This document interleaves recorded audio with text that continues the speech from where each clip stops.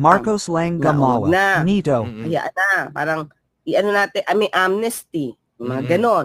Pagbibigay ng lupa, makinarya, fertilizer. Binibigay yan ng Pangulo sa mga kooperatiba, sa mga farmers. Pero hindi ito dahil sa pamumulitika. Kasi naman pa ito ginagawa. Oo. Di ba? Bakit nga pag ngayon na na-highlight, minsan-minsan yung ginagawa ng Pangulo, sasabihin na naman, pamumulitika. Dahil sa eleksyon. Paano yung naibigay niya na dati sa mga farmers? Paano yung pagbibigay niya na yung may mga utang, babaan ng interest, o kaya bigyan na ng amnestiya? Paano yung pagbibigay ng title? Ano to? Ready ba sa election?